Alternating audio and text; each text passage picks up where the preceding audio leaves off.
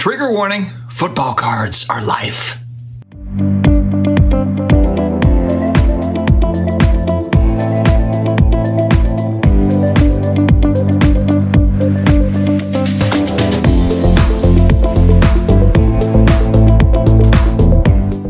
Hello to all my sports card collectors, investors, all of my collectibles friends. It is another day. It is another sports card collectibles video. How are we doing, guys? I feel pretty good, too. I think I finally got some sleep. I don't know why, I just feel pretty good. If you're new here, you're looking for just about daily sports cards and collectibles content, you have come to the right place. Hit the big red button down below the subscribe button. Help us grow this thing and be notified every time a new video comes out. Also connect with me on IG at Sports Card Dad, where I share a lot of my pickups. And then I'm also on Twitter as well, the Sports Card Dad. Big shout out to today's video sponsor, ComC.com, your home for buying, selling, and flipping all the hottest trading cards. Their consignment marketplace, home to over 30 million cards from baseball superstars like Aaron Judge to Marvel favorites like Spider-Man. ComC has something for every type of collector. Don't forget to visit ComC.com today to build out your collection with your favorite cards. Guys, it's like Disneyland for card collectors. Check out ComC.com. All right, first off, apologies. Not all sports cards are crap outside of football cards.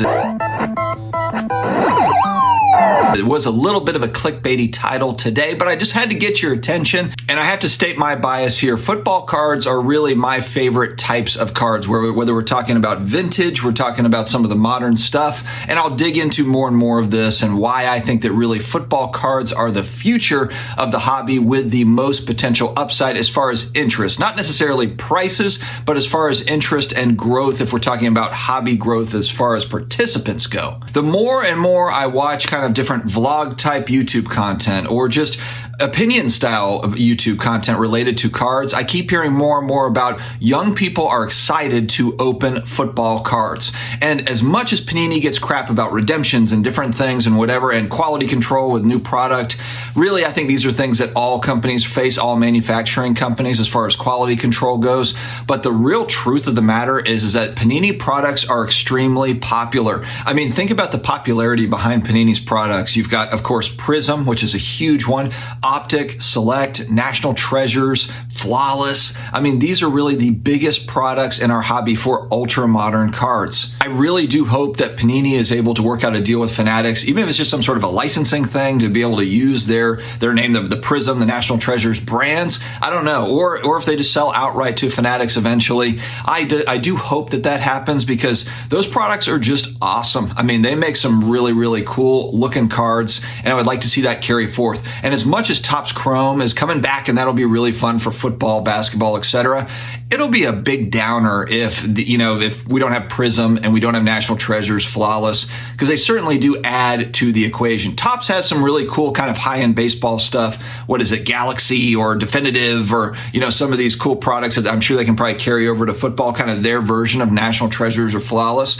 But I really wouldn't mind seeing it kind of carry over. Now, if they don't carry over and Prism maybe just becomes unlicensed stuff, I still think that today's products are going to be popular as we move forward. I talked in my video yesterday about how I've been buying into sealed product. Really, I'm looking at draft class 2017, starting with Patrick Mahomes and up to the new stuff. I've really been focused heavily on 2020 because it's got Burrow, it's got Herbert, it's got Tua, it's got Jalen Hurts, and it's got Justin Jefferson, among some other folks that are wrapped in there as well. But there's just a lot of potential, I believe, in that 2020 draft class. And really, draft classes drive really sports cards in general, the excitement behind draft classes. For basketball, you look at 2003 LeBron, and 86 Fleer with Jordan, Hakeem, and all those rookies coming out in that one set. And then, of course, you've got Luka and Trey recently, Zion, Ja, so draft class is really kind of driving sports card interest in a lot of ways with ultra modern product.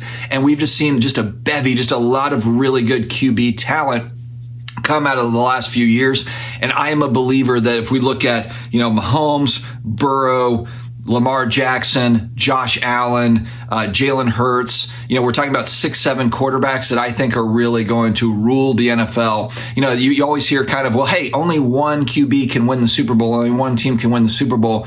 That's exactly right. but you just kind of get the feeling that, Mahomes adds another one, or Joe Burrow adds one, Josh Allen gets one. At some point, it just feels inevitable that it's going to happen. And so that's why I'm a big believer in kind of this last 4 or 5 years. And then Trevor Lawrence, he's been coming up out of nowhere, really, with the Jags. They might make the playoffs. He's starting to come into his own as an NFL quarterback. You just have a lot of kind of exciting young QB talent. So I think this 5 years of draft classes really that we're looking at is going to be kind of the guys that rule the NFL for the next 10, 15 years. And then, of course, there's another guy coming out next year. I don't remember his name coming out. And then you've also got Arch Manning is coming out in a few years. And, look, it's the Manning pedigree. I'm a huge Saints fan, so it starts with Archie Manning. I always joke that, without Archie Manning, Tom Brady would probably have 10 Super Bowl rings. It's probably not too far off.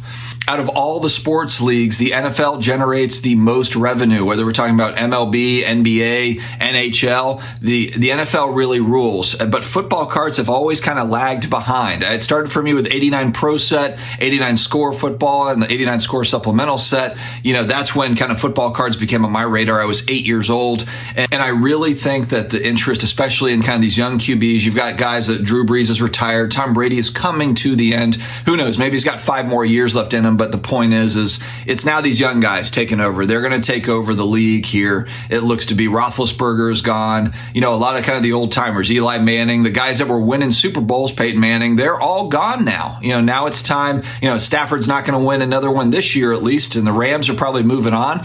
So it's the new crop that's about to take over here, and it's going to be exciting to watch. And I think that it is going to be kind of, if we're looking at like what segments of the hobby could grow, I think that football cards are really it. Now, if we're talking about position players, of course, highly risky, and really football cards in general, highly risky because you have a lot of QBs that don't work out. And then you also have skill position, which I think those are fun to collect. I think also for short-term flips. So if you're looking at running backs and receivers, how many, receivers? Yeah, Justin Jefferson's awesome. Is he the next Randy Moss? Is he the next Jerry Rice? Maybe, but odds are probably not. Just being honest. I mean, there's not too many guys that ended up like Jerry Rice, and Randy Moss. There's a ton of really good receivers that had great careers. Keyshawn Johnson won a Super Bowl with the Bucks. He was awesome. Brandon Marshall for a long time put up amazing stats. These guys are really kind of forgotten now, for the most part. They're not cardboard relevant.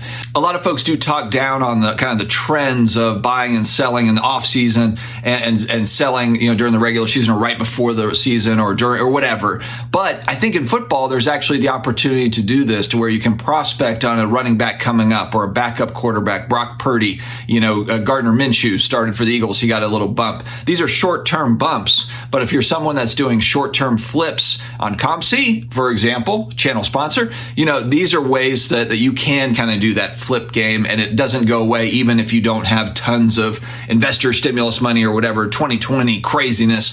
There are still ways to do those short-term flips, and I think that receivers, running backs in particular, are ways to do that. I'm also still a big believer that the marketing muscle behind Fanatics is going to help all cards, and especially football cards as well. I think it's going to be sold in stadiums. I think it's going to be just more widely mainstream is what I think is going to happen. Never have we had a company like Fanatics that's really putting effort into it. Topps, Panini, great companies in their own right, but much, much smaller companies.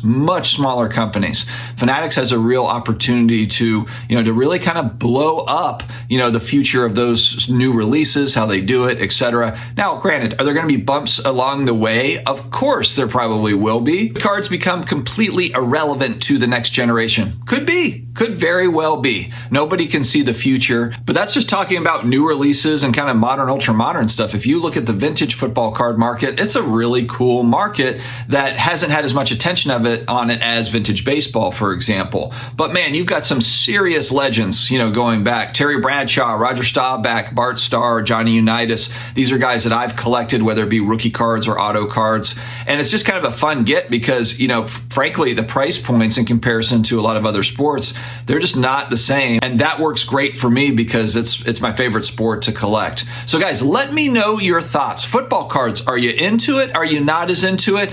And look, I'm not saying that every player is great buy and hold long term. I mean, in football cards, especially with the shorter careers, there's probably actually more short-term action, whether, buying a player to sell in a year or 6 months, probably a lot more of that action. But in 20 years, are we going to look back and say like, oh man, I remember when this was a lot less for particular cards and players? Yeah, I do think that's going to be the case. I just do. So anyway, let me know your thoughts in the comments below. Football card family, gather. Stay healthy, stay awesome, and I will talk to you again later.